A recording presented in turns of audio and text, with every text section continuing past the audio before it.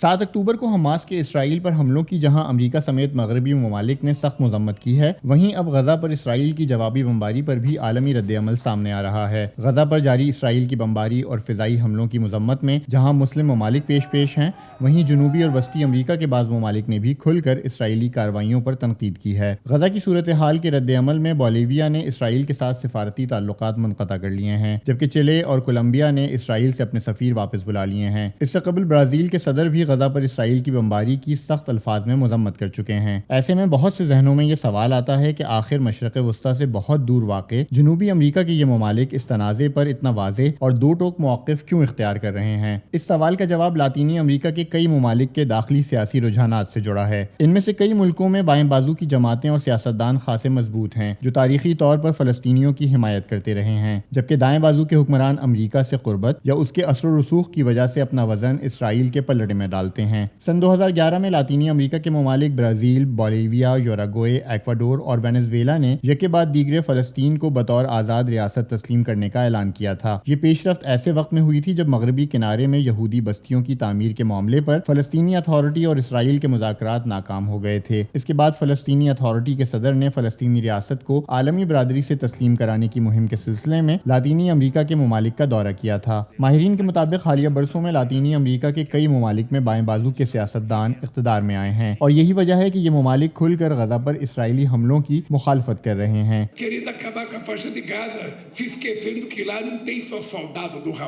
Colombia کے صدر گستاوو petro اور چلے کے صدر گیبریل بورچ نے اسرائیل پر حماس کے حالیہ حملوں کی بھی مذمت کی تھی، لیکن غزہ میں اسرائیلی بمباری میں شدت آنے کے بعد ان کے اسرائیل کے خلاف بھی سخت بیانات سامنے آ چکے ہیں۔ برازیل کے صدر نے بھی اسرائیل کی غزہ پر بمباری کو بلا جواز قرار دیا ہے۔ کولمبیا کے صدر گستاوو پیٹرو نے حماس کے اسرائیل پر حملے کے بعد اپنی ایک سوشل میڈیا پوسٹ میں غزہ میں اسرائیل کی کارروائیوں کا دوسری جنگ عظیم کے دوران نازیوں کے یہودیوں پر ظلم و ستم سے موازنہ کیا تھا۔ انہوں نے کہا تھا کہ جمہوری لوگ بین الاقوامی سیاست میں نازی ازم کو دوبارہ قدم جمانے کی اجازت نہیں دے سکتے۔ کولمبیا کے صدر کے سخت بیان پر اسرائیل نے اسے دفاعی سازوسامان کی فراہمی روکنے کا اعلان کیا تھا۔ لاطینی امریکہ کے 3 مزید ممالک کیوبا، وینزویلا اور نکاراگوا نے بھی حماس کے 7 اکتوبر کے حملوں کی مذمت سے گریز کرتے ہوئے انہیں اسرائیل کی پالیسیوں کا نتیجہ قرار دیا ہے۔ اسپین کے تھنک ٹینک الکانو رائل انسٹی ٹیوٹ کے مطابق لاطینی امریکہ کے بہت سے ممالک میں یہودی اور فلسطینی نژاد مسلم کمیونٹی کی بڑی تعداد آباد ہے، جس کی وجہ سے یہاں اسرائیل فلسطین تنازع موضوع بحث رہتا ہے۔ الکانو رائل انسٹی ٹیوٹ کے مطابق حالیہ جنگ پر بھی لاطینی اور وسطی امریکہ کے ممالک میں دائیں اور بائیں بازو کی تقسیم کھل کر سامنے آئی ہے۔ خطے کے کئی ممالک کھل کر اسرائیل کے حق دفاع کی بھی حمایت کر رہے ہیں، جن میں پیراگوئے، کوسٹا ریکا، پیرو، گوئٹے مالا، ڈومینک ریپبلک اور پاناما شامل ہیں۔